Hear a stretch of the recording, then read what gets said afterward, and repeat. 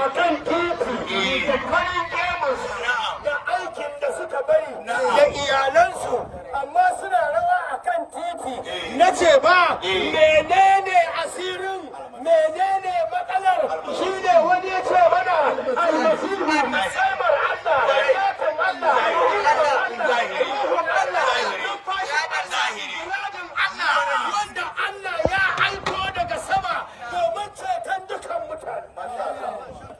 Shukran take yau. Hausa na wa'azin karkarin